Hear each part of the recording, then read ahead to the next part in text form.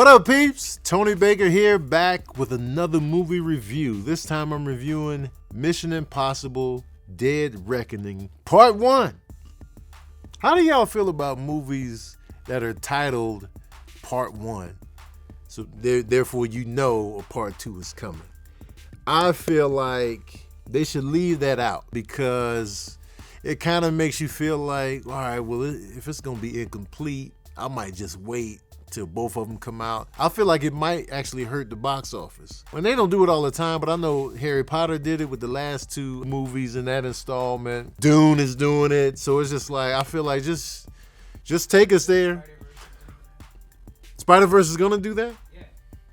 Cause I feel like with the Spider-Verse that we just saw, since that wasn't in the title, it surprised me when it went off. I was like, oh, even though people was like, you didn't notice how long the movie had been on? I was like, I was so into the movie that I thought we were gonna get more, and then it was like, to be continued, and I was like, yo. But I prefer that over, telling us Part 1. Like even Infinity War, when we watched Infinity War, when it went off, you was just, even though we knew another one was coming, if you read in advance, but maybe you didn't know. Maybe you just going into the Avengers movie as its own thing, and then you see everybody fade away, and then it cuts off. I feel like it's harder hitting that way. Like even with the last Fast and Furious movie, I'm not sure I knew it was a Part 1. Maybe I did, maybe I didn't, but when it went on, I was just, oh yeah. So now we know a Part 2 is coming, so now we expect like a little cliffhanger ending or whatever. But Mission Impossible as a franchise, to me, is one of the best franchises in movies today. It's a franchise that so far has been undefeated. This is the 7th film in the franchise. It dates back to 1996, was the first one, directed by Brian De Palma. Then the second one, John Woo directed that one. Then the third one, J.J. Abrams came in. And then the fourth one, surprisingly, was directed by Brad Bird, who directed like The Incredibles. And I feel like he did a great job with that Mission Impossible. And at that time, that was my favorite Mission Impossible because it was like, I like the angle, because John Woo was over the top. Like John Woo, it was good, but like John Woo has a very specific style. Lots of slow-mo shots, the double up, the hero and the villain got the guns drawn, doves coming in for no reason, mad, just like dramatic action. From Face Off to Hard Target to Wind Talkers to Broken Arrow, it's like very stylized. Even the movies that got him to American acclaim, like Killers, Hard Boiled. Cut to J.J. Abrams doing Part 3, and it was a change of pace. It was a change of style. And Philip Seymour Hoffman was a fantastic villain, and I like the flow of that one. It was like fast paced, it was frenetic. But then Ghost Protocol, though, that was just fire from top to bottom. Then we bringing in new characters. Jeremy Renner came in, Paula Patton, Simon Pegg. But the Mission Impossible movies have been good every single time, and it's always gonna have an amazing like set piece where Tom Cruise is gonna do the stunts. Tom Cruise is the American Jackie Chan. He's gonna do, I'm sure he is a nightmare when it comes to insurance, and like the producers are just like, Tom, you don't have to do this. He's like, I'm doing it. Let's do it, man. Let's give the fans everything. Tom Cruise. So the last Mission Impossible was really good. Fallout was really good. It was a great time, great set pieces. It was a good ass time. And now we got Dead Reckoning.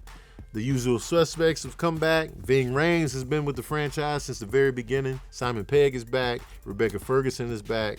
And they got some new blood infused in it. Esai Morales has shown up. Shout out to Esai Morales, man. He's the villain in this, and he is, first of all, he looks amazing. Like, this dude has been around since La Bamba. That was my first intro to him when he played Richie Valens' brother. But now he looks amazing. He was a great villain. Haley Atwell, who played Agent Carter, the Marvel franchise, she's in this, and she's fantastic in this. And I didn't realize how cute she was until now. Like, no disrespect to what she was doing to Agent Carter and Captain America First Avenger, but I was looking at her like, she's a cutie. And also Palm, I don't want to mess up her last name, so I'm gonna say Palm, aka Mantis, is also in this movie. She plays one of the villains, and she's great in it. So we got a good cast, and the storyline, even if you haven't seen any of the Mission Impossibles, I feel like you can come into this fresh and enjoy and really follow what's going on. Like Cam behind the camera, he hasn't seen any of the Mission Impossible movies, but I feel like he'll be able to go in, watch this, and be able to take it on its own accord. Because the storyline is about this key that unlocks this artificial intelligence that has the ability to really go into defense systems and all kind of stuff around the world, and to be able to wreak havoc on a global scale. And so it's a race to find the two pieces to this key. And, you know, if it falls into the wrong hands and they figure out how to use it, then anything is possible. If it's in the wrong hands, the whole world is going to collapse. So that's pretty much the crux of the story. It's just like we're in a race to get this key.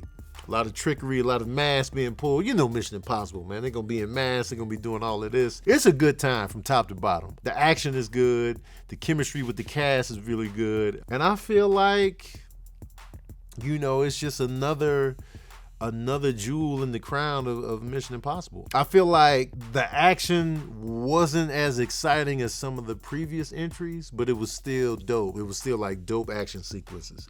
And I'll say this too, I feel like Tom Cruise's Ethan Hunt, I feel like his fighting skills fluctuate between the different movies. Like he was doing some wild shit in Mission Impossible 2 compared to what he was doing in the first one.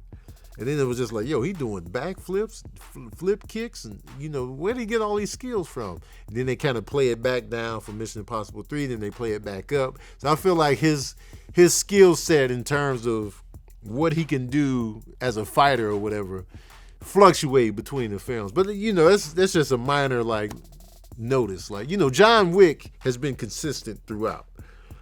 But I feel like Ethan Hunt, he goes up, he goes down, and I feel like his skills in this one kind of went down a little bit from the previous. I don't know. I don't know if y'all noticed that as well, but I don't know. But forget all that. You want to know the smooth jazz review of Mission Impossible Dead Reckoning Part 1. Well, here it is. Oh, yeah.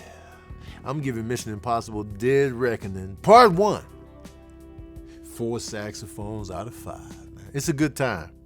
The franchise remains undefeated. And let me tell you something, man.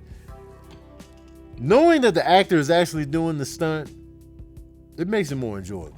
I'm going to give you that 100% because I'm like, yo, he really doing this. It's exciting. It's exciting. You throw me in an action movie, I'm doing my stunts. You'll be like, Tony can't do a backflip. That was really me. Watch, I'm going to learn. I do my own stunts in this chair all the time. All right, peeps, that's my review of Mission Impossible Dead Reckoning Part 1. Let me know what you thought of the movie in the comment section below. How do you like the franchise? Do you also feel that this franchise is undefeated?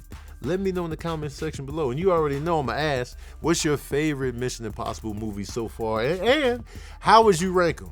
Top to bottom. Let me know how you rank the Mission Impossible movies. Don't forget to like, share, and subscribe. And as usual, we out here.